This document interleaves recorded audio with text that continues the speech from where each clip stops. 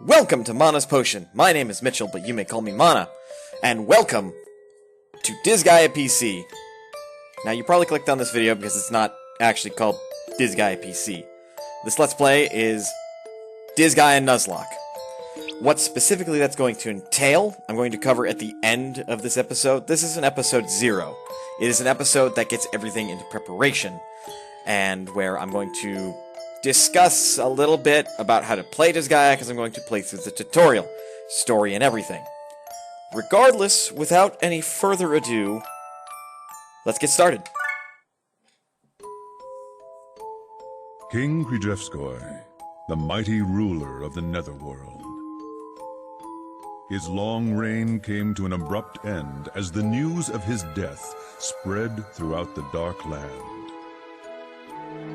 Ambitious demons rose one after another to seize the opportunity. And thus began the age of turbulence and anarchy. 2 years later,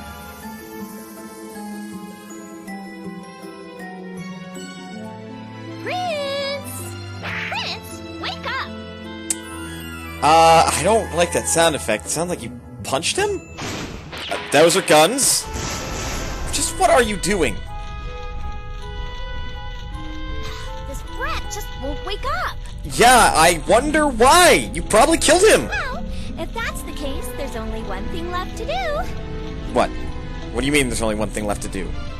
You're a demon. You know necromancy, right? Or Who dares awaken me, the great Lahar? pull a gun on him, who he's apparently still living.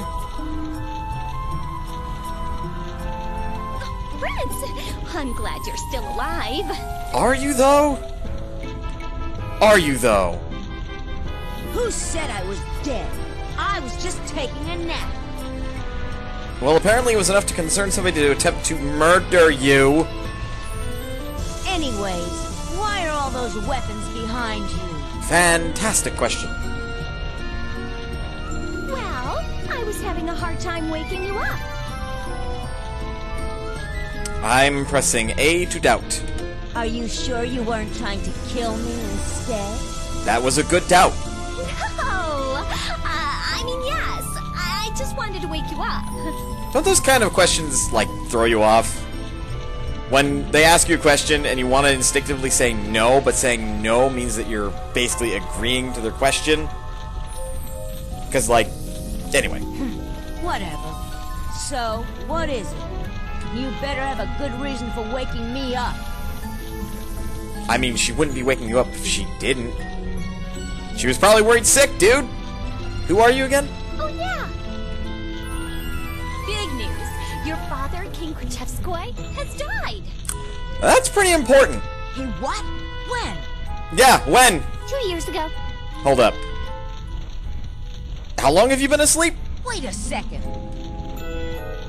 So, you're telling me that I've been sleeping for over 2 years? That's not a nap. That's a coma. Yep.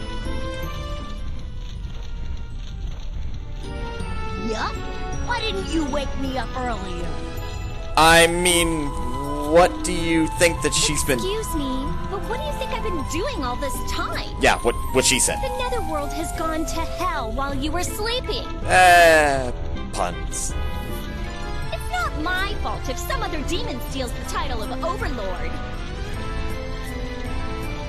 I mean, well, we don't know this yet, but you're his vassal. It kinda is your fault if some other demon takes the title of... Title of Overlord. What? Have they forgotten whose title they're trying to steal? Well, I mean, you're the prince, so no. No, they haven't. Don't do it. How bold of them! I shall show no mercy, for I am Lahar, the rightful heir to the throne! Don't do it! We gotta work on your evil laugh. Your humble vassal Etna will accompany you. Right. Etna is Laharl's vassal. Etna, join your party! Who said she was allowed to? That's gonna be hell to balance. I should not do a lot of getting close to the microphone. Episode 1. Prince of the Speak speaking, because it is attached to my head on a headset. That's not going to come out well. First and foremost, I had a terrible run in Disgaea once. Let's just say, if you're familiar with the game, mid-boss beat me, so everybody say hi to Planer, who, much like Etna, who said you could join my party? In fact, Lahore, who said you could join my party? Yeah, Nuzlocke, isn't that a bitch? Like I said, I'll get into the specifics of the rules once we're done with this. I'm just not going to talk to you people. We don't care. If this is your first time playing Disgaea, talk to everybody. They usually have some insight or story to talk about. It's good for plot details, trust me. This is the item store, the Rose and Queen Company Netherworld branch. Each character can equip up to 4 items. A character can equip 1 weapon and 3 other items, such as armor. Monsters can only equip weapons from the monster-only weapons category. It is best to equip a weapon that suits a character's inherent strengths. So with that out of the way, right, first things first. Will I press the switch? Of course! Why wouldn't I? I actually forgot about something. If you go over here, I don't know why I'm telling you guys like you don't know. If you're new to Disgaea while you're watching a Nuzlocke video, and if you're not new to Disgaea, you already know this. There's a switch behind the throne. Press both, the skull switch and the throne switch, and... Prince, I'm going to the bathroom, okay? we reach Etna's diary! I'm gonna blaze through this as quickly as I can. My secret chamber, only I know how to get here. This is where my precious memories were locked away. Then I remember but I can't remember what they were. When I try to remember, my heart aches. This pain is proof of how dear those memories are to me. I have to get them back. I'm not gonna pay too much attention to the story, but we'll pay attention to the major beats. This is Nuzlocke. If we were here entirely for the story, well, I don't know what to tell you. We'll talk to certain NPCs just to get their initial dialogues out of the way. Real brief, like, provided that they're brief. This character just talks about how it's easy to get past things. Welcome to the Netherworld Hospital. Here, we'll treat your wounds and heal any and all damage you may have taken. We will, of course, charge you accordingly. You can earn prizes based on the total HP and SP that has been recovered, so please go get thrashed in battle. They'll also revive the dead. This is Nuzlocke. No, they won't. Though, I will do my best to keep that a running counter. This is the item world. We don't have access to it yet. These are the stores. I'm not going to access them yet, but I want to get this out of the way so I don't have to listen to them talk about their constantly changing selection. So you're out of the way. Next is you. Can't have characters use weapons that are not best for them. Regardless of character's ability with the swords, but sword special techniques may not be used unless the sword is equipped, etc., etc., etc. And then this Prinny, who is taking the place of Plein Air, is where you access the Dark Assembly. It's not too terribly important for us right now. Have you saved yet? When you want to save, press Y to open the menu and select Save. You can only save in the Overlord's Castle. Once you have entered an area map, there's no turning back, so be careful. We should do that. Save. Let's make a new save file. Ignore the above save files. I'll tell you this. Don't worry about it. There's also a settings menu. For right now, we'll leave friendly effect and enemy effect on. Later on, I'm going to turn those off and only turn them on when there's a new effect, possibly, to see. And then this is all your settings. Don't worry about it, unless you're playing the game yourself. I am the Dimensional Gatekeeper. I will input the coordinates for your desired destination. Prince and you will be instantly transported there. Man, sometimes you just don't read a paragraph right. Please select where you'd like to go. We are obviously going to go to the tutorial area. Let's go over our equipment real quick, because this is what we're going into battle with. A common sword, an Imperial... Ooh. You have Broker on your Imperial Seal. Neat. And you have 2 bonuses? Wow. Okay. Arms Master and Manager. Again, if you've never played a Disgaea game, I'm looking at stuff that's going to be a little confusing, but it would take me way too long in the episode 0 to explain. Suffice to say, once Uranus becomes accessible, she is the item world manager, is when I will explain what the hell I was just looking for. That will be relatively soon, but should not happen in episode 0. So we are going to access tutorial, and I could explain it myself, but I'll let our two main characters do the explaining for me. So Battle Basics 1. If you ever played a tactics role-playing game, you should know what you're in for. Now then, time for a little warm-up. I feel a little rusty. Ah, Prince, we've got company. How convenient. Indeed. Time for a little practice. Stray demons, huh? Allow me, Prince. You may be a little out of practice after your long slumber. What are you insinuating, Etna? You're not wrong, but what the fuck? Don't worry, I came prepared. Did you, though? Come on, Prinny Squad! I don't see them. Get your butts out here! Alright! Jesus! Fuck! Oh, Prince, what do you think of this Prinny Squad I hired? You hired them? They're my loyal servants. They'll do anything I say. They're loyal? I thought we were all demons. Isn't loyalty like... Are you Yeah. sure about that? Loyalty is kinda not in our contract. Uh-oh. Jesus! Christ! See? They're loyal. Do you call abuse loyalty? Does it make sense to beat up your allies before a battle? No! No, it does not! What are you doing? Anyways, I think we've made those demons wait long enough already. Oh yeah! They have been patiently waiting. Huh. What a trope.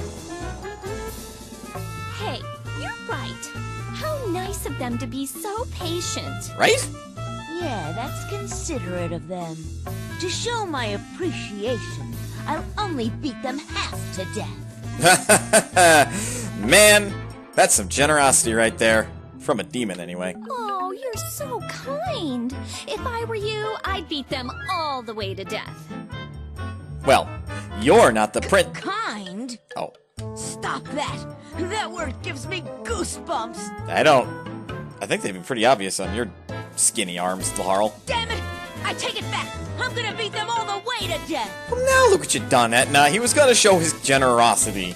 He's still a kid. So quick-tempered. Sorry? It looks like carrying out my plan will be a lot easier than I thought. Hi. I can read your thought bubbles. You say something! Apparently she was speaking. Oh, nothing at all. So, what are your orders, Prince? You do remember how to fight, right? Well, if he doesn't, I do. But I'm gonna tell you anyway. Basics of battle. Just in case you forgot, let me explain the basics of battle. Move the cursor over the base panel and press A to select the characters you wish to dispatch. Harl, Etna, Plain Air, X, 14D3. Ooh, that's a weird name. If you want to cancel an order to dispatch a character, move the cursor over the character and press B. Whoops, I made a mistake. For example, if you press B here, you can cancel the action. Now, let's issue a command to a dispatch character. First, move him or her next to an enemy.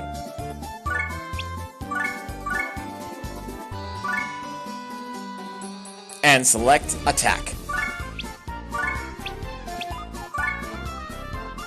You have now assigned an action. However, the character won't attack immediately. If you want to execute the actions that you've assigned, open the menu and select either Execute or End Turn. In this case, let's pick Execute. Bullseye! See, the character attacked. Assign actions, press Y, go to Execute. Remember this, you'll be using it a lot. If you assign actions to multiple characters, they will be executed in the order that you assigned them. So if we had more than Laharl, Laharl's attacking this character, and another character is attacking this character, well, then Laharl would attack first, then that character would attack. That's basically what it's saying, in case there's any confusion. Be careful, you can't cancel actions once you've chosen to execute them. They changed this later in the series, but this game, if I tell a character to attack, but their target either is moved or dies, then basically I'm not allowed to reorder them. After you're done issuing commands, open the menu and end your turn. It will then be the enemy's turn. Enemy turn. Well, this is... Ow. This doesn't... Ow! Look good. Ow! Ow! Why do I have to be the one to do this? I'm the next overlord, for crying out loud! That was an example of something not to do. Only an idiot would rush straight into the enemy alone. You made me do it! Characters killed in battle, like our prince here, can be revived by paying hell to the castle's hospital. If all your dispatched characters are defeated, the game will be over.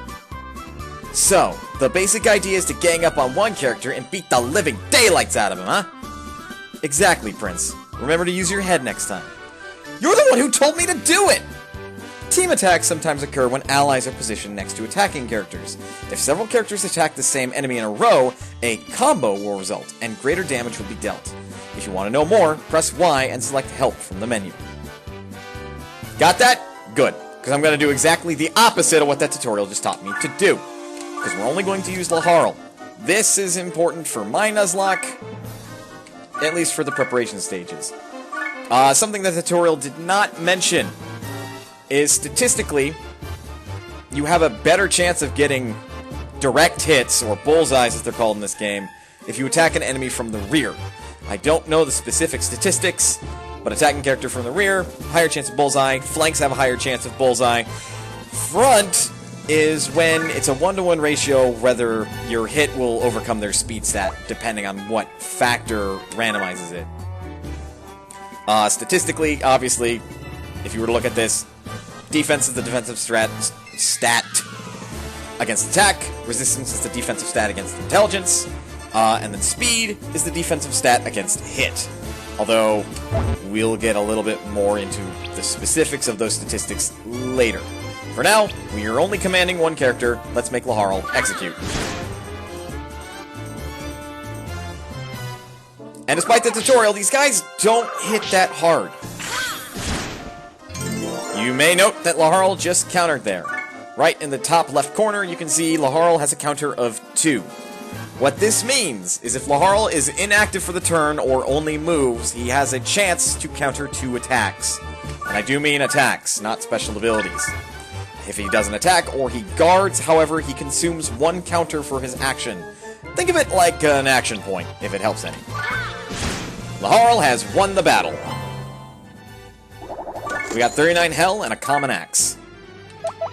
Unless that common axe has anything good on it, I'm going to sell it. After every battle, it's advisable to go to the Netherworld Hospital to heal up. And also save. This game, if you've never played this game and you're from the more modern era of video games, this game can be a little unforgiving. Next up, Battle Basics 2. More stray demons. How annoying. I wish I could just toss them. Well, why don't you? You can? Tutorial. Lifting and throwing. Something that, if you're familiar with most tactics role-playing games, might not be in them. For our ignorant prince, let me explain the commands lift and throw.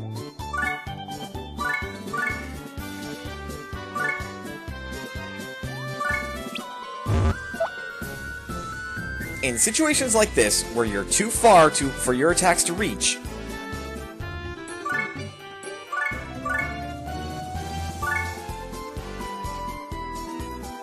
pick up a character by selecting lift. Hey! Stop it, Etna! Then select throw. You'll have to decide on a direction and distance too. I'll throw you next to the enemy.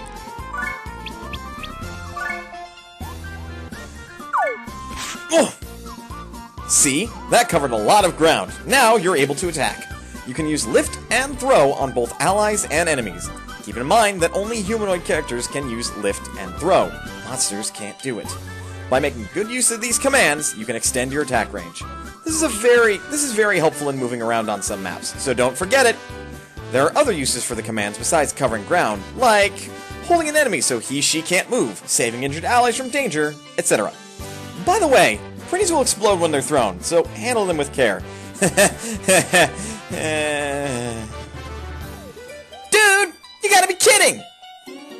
And if you throw an enemy at an enemy, there may be other fun uses waiting to be discovered. Try experimenting. That's it! I'm gonna throw you next time! Oh, and one more thing. A character will take damage if the turn ends and she is holding someone. Important stuff.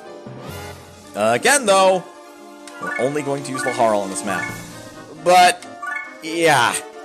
Prinnies can explode if you throw them. Which, I have strategies that are very throw dependent. And the method in which I'm going to be creating characters for this Nuzlocke, because, spoilers, it's not going to be like Pokemon Nuzlocke where I capture the first thing on every map. I better hope I don't roll Prinnies too often, because then I'm going to be in trouble. Ow. Yeah, see, countering is a chance. It's not a guarantee just because Laharl had a counter attack available there. Laharl has a special. After enough attacks with a weapon, you gain enough weapon skill to use a weapon skill. Huh. Let's just call them special abilities for right now.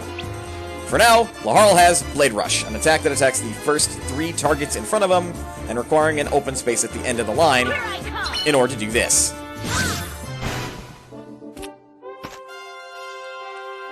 Like I said before, counters only apply to attacks, not special abilities. That is an example of one special ability. So, that is one way, if you see an enemy that has multiple counters, or just even counters at all, to get around that. We're not going to work on it too much, because, well, we're not going to be using Laharl forever. Again, I'll get into why here later. Plus 70 XP? Man, that's worthless. Right, we're all healed up. Let's save. And go on to Geo Effect Tutorial. Geopanels. Interesting. These are geographical features that are attuned to the elements of the universe. Crystallizations of those elements result in geosymbols, like the one right there. So it's materia? Well, that doesn't explain anything, so let me clarify a few things. Tutorial, GeoEffects. Let me explain GeoEffects, a system which will heavily influence battle. Take a good look at the colored panels on the area map. I see blue, and I see red. Notice that enemy boost plus 50% is displayed at the top of the screen. This means that when an enemy is on a blue panel, his or her attack and defense will be powered up by 50%. That was a poor time to take a drink. One second.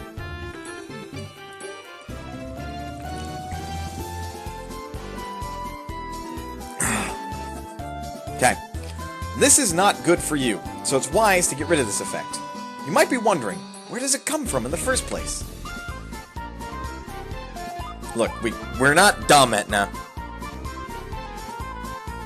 Why, looky here! I just found an object labeled Enemy Boost on this blue panel. This guy's the culprit! How obvious was that? Thank you, Laharl. This object is called a geosymbol, and as long as it's on the colored panel, all panels of the same color will be affected. Let's toss it somewhere.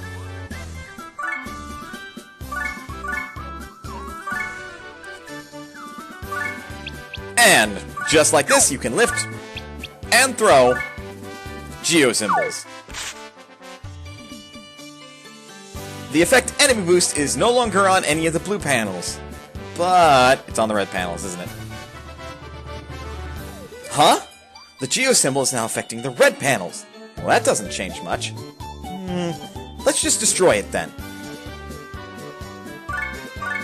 Don't do this.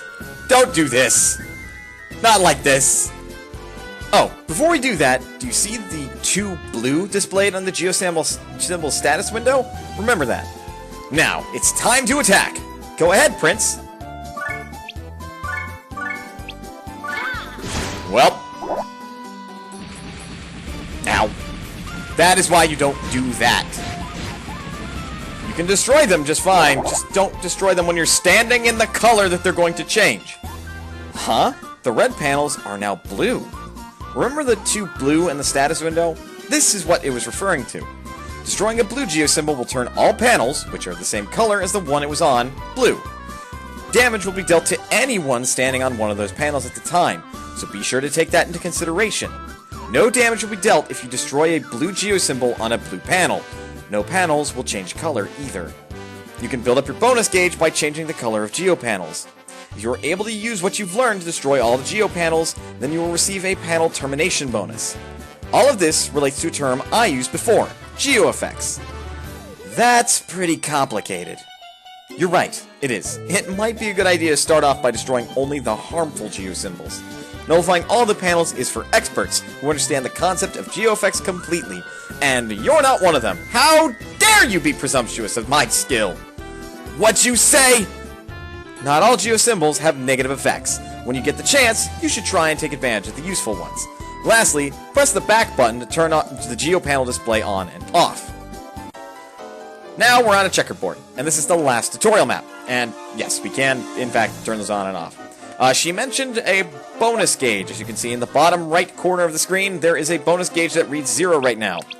As you can see here on the list of bonuses, there are a number of rewards that you can get on each and every single map that you play on that is semi-randomized that you can get. This can be quite useful, or it can be quite a pain in the ass. This is one of the ways that you can get rare pieces of equipment, and it's a way that you can grind up EXP in hell, as you can see there. Still, we are going to be using Laharl. I didn't want to go there. To grind on this map on his lonesome. In fact, we can actually do something that will kill these characters more efficiently. Like this. Here I come. There we go. Nice. Yeah, we'll keep facing that direction. Similarly, your facing it can be important. Just like enemies, if you're attacked from the front, less chance of getting bullseyed. If you're attacked from the sides, higher chance, back is the highest chance. That is assuming that your hit is not just or the enemy's hit is obnoxiously higher than your speed. And by obnoxious, I mean probably by the hundreds. And later on by the thousands. And so on. We'll hopefully get to that point. Ow! Knock it off! And now, we've got 2 enemies left. And note, these are all beneficial geosymbol effects. And you can see a small variety of what happens. Defense plus 50% is self-explanatory. EXP and Hell plus 50% applies to enemies that stand on these squares. They're worth that much more experience in Hell. And then we have 3 different colors of geosymbols: yellow, blue, and colorless. And as this as the terrain is set up as it is, if you were to destroy this geopanel first, or geosymbol, it would destroy this geosymbol, which would destroy this geosymbol, which means you could get a full clear right away, except there's not really a safe place to stand other than right here. That's why I say don't stand in the geopanels if you're going to destroy geosymbols. You'll get hurt, and you can possibly get your characters killed that way. I can stand right here. I want to say special effects ignore... Well, no, they don't ignore the bullseye and nick rules. It is still better to be positioned behind an enemy whenever using special abilities. But in this instance, we should be okay. The spirits here are rather weak. And victory. And we got some mint gum, which is actually useful. I'm starting to get the hang of things again. Okay then, are you ready to request some allies at the Dark Assembly? There, you get to create characters who will become your loyal pupils. Loyal pupils? That doesn't sound like a bad idea. Alright, let's go! The Dark Assembly. Welcome to the Dark Assembly. Here you can create characters as well as submit proposals. In order to submit proposals, you have to have energy known as mana. Hey, it's me! You can gain mana by defeating enemies. If you want, you can use the mana you have right now to make a new character.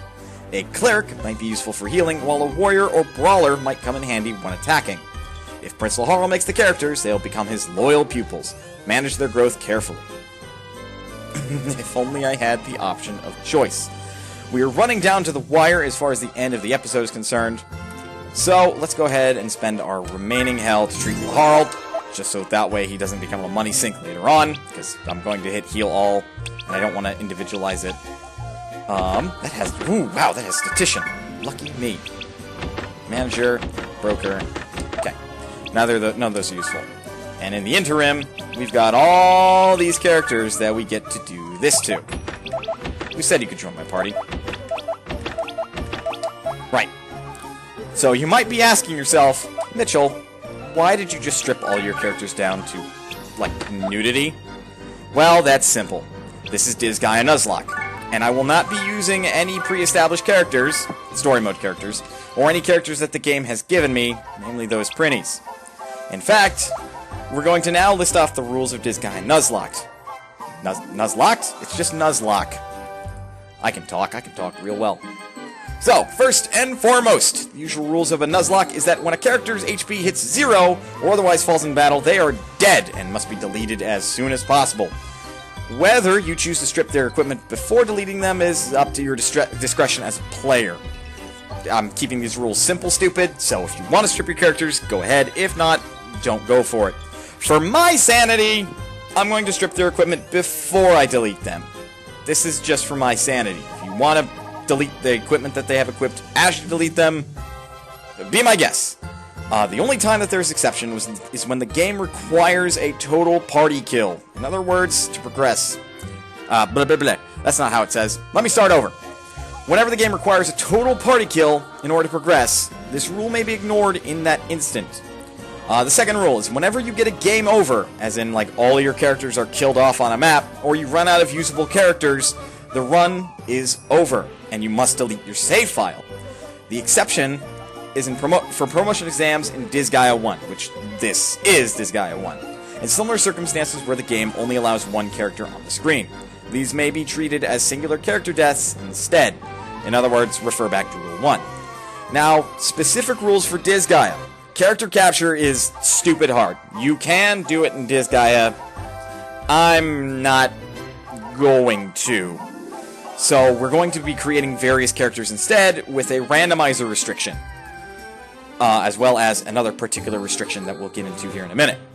Shops constantly randomize their contents. Well, it's semi-randomized depending on the current customer. Let me start over. Shops constantly randomize their contents semi-randomly.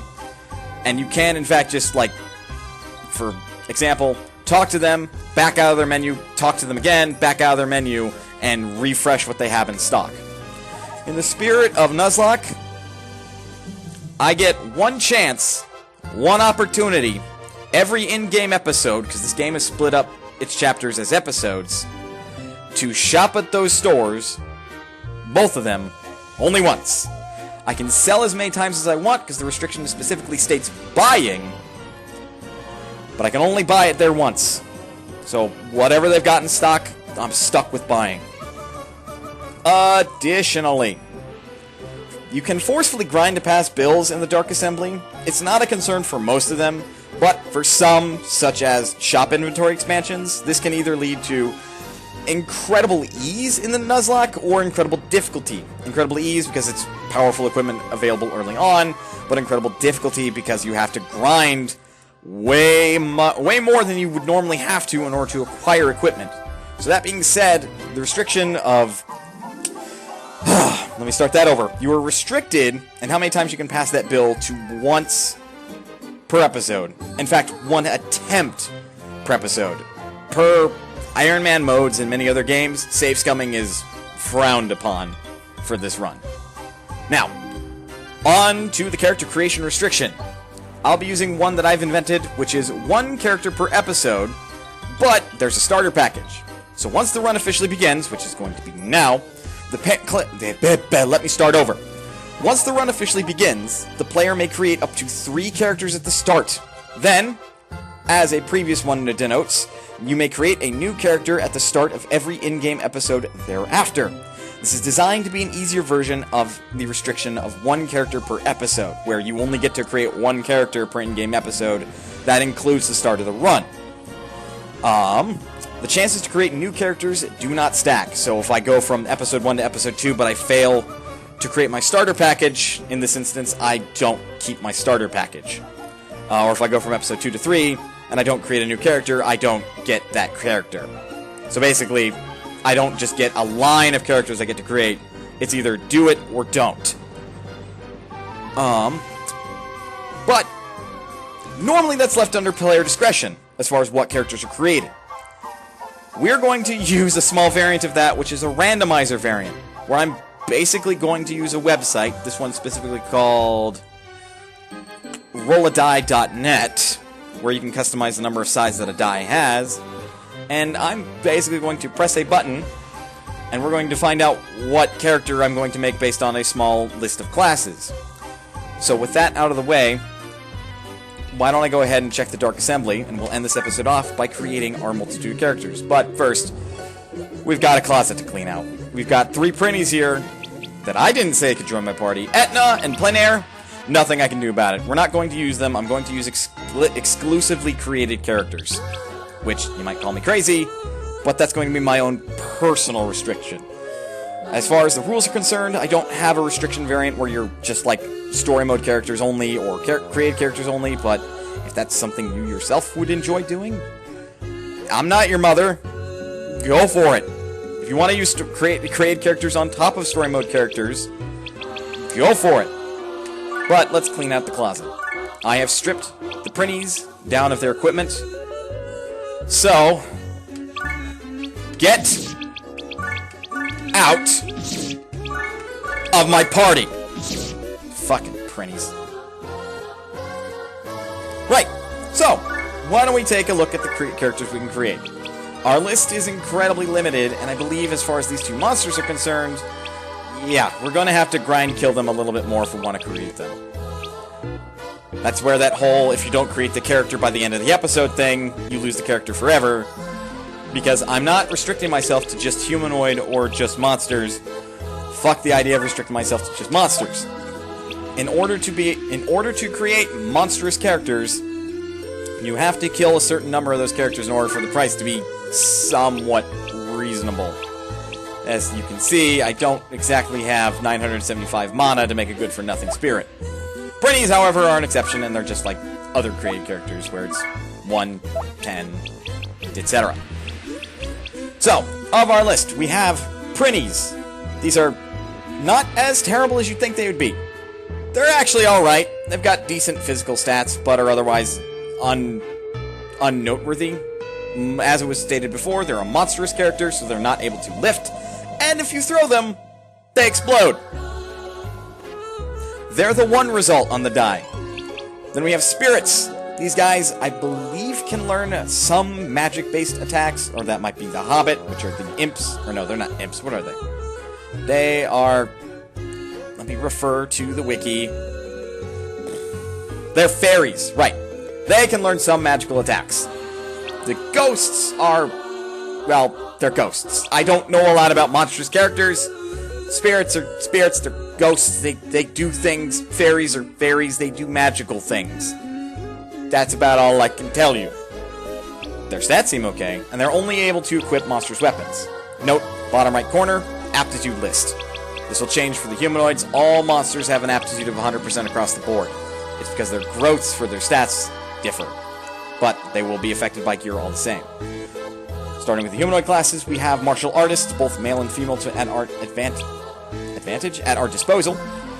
They have relatively good speed and hit stats, and they're great for attacks, but otherwise they're squishy and dumb. They take heavy hits, but have a lot of HP. You might be wondering why their defense stat is 50% aptitude and they have low defense. Well, that's because later on there's going to be an item called a belt that gives negative defense when you equip it. The negative defense is affected by that aptitude, so the negative defense is cut in half, so it's a smaller negative. We also have warriors to our advantage. They're good with a variety of weapons, but as you can see between male and female warriors, they're good with different weapons. Male warriors are better with axes, and female warriors are better with spears. They're both equally good with swords and bows. They're good all-rounder classes. They're good tanks. They're not great at taking magic, but they can certainly take it. Otherwise, they're just kind of balanced and well-rounded. We have two types of mages, skulls and mages. Just a difference, I suppose. As you can see, their differences are minor and ultimately are up to their aptitude. Skulls have a higher chance of hitting things, mages have a higher chance of avoiding things. Otherwise, they're practically identical. For the purposes of the randomizer, I'm considering them different classes. So I guess there's 2 chances I can roll for a mage. This may change in the future, but for now, we will start with 2 chances of getting a type of mage. And we also have clerics. Again, these are effectively the same, but their starting stats slightly differ. They're alright with bows, and you might think, cool, they can use staves. If you're not familiar with Disgaea, you only get EXP on an enemy kill. And since clerics only start with healing magic, that makes things incredibly difficult to level with them if you're just going to equip them with a staff from the word go. You can give them offensive magic, but the process to do that is not well explained in the game, and is something that is learned via experimentation, but I will explain it if I get the chance, which I'm likely not going to. So if I do get a cleric, I'm going to equip them with a bow instead of a staff. In fact, I have various plans depending on what characters I get. If I end up getting basically all ghosts and hobbits, we're going to re-roll, because I'm not able to create any character that way. Basically what we're looking to create at least one character that's humanoid and or printy, so I can grind up mana and kills, obviously, to be able to create a ghost or a hobbit. Now, I've done enough faffing about, going over what roles will lead to what, and I will announce these because it's a little more difficult to get, like, a screenshot of what this site's going to say and then say, look, it's real, I got it. So, just take my word for it.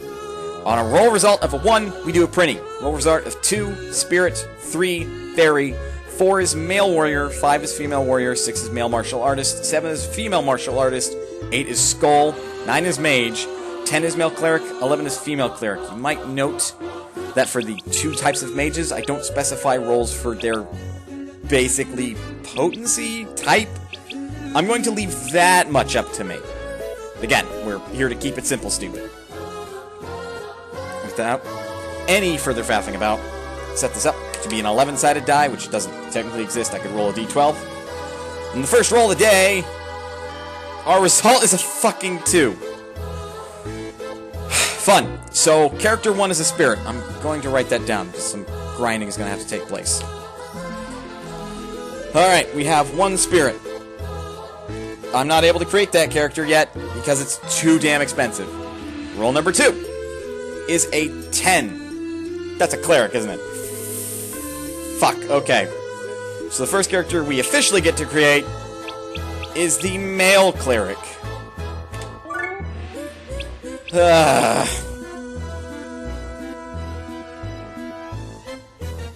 Right, you are going to be incompetent, because your stats are going to suck anyway. What should we name him? Your name shall be Trevor the Cleric. It's not a very good cleric name, but we're going to roll with it. It's not a very good demon name, for that matter. But your name is Trevor. We have 1 attribute point to assign anywhere we please. Considering you're going to have to equip the bow, we're going to bump your hit by 1. Bows! Scale on both your attack and hit stat. Guns, as you can see there, which the cleric could equip but have D-level proficiency in. Scale exclusively on hit for damage. Keep that in mind if you ever want to use guns. Trevor's been created. Final roll, still using Laharl, and we get...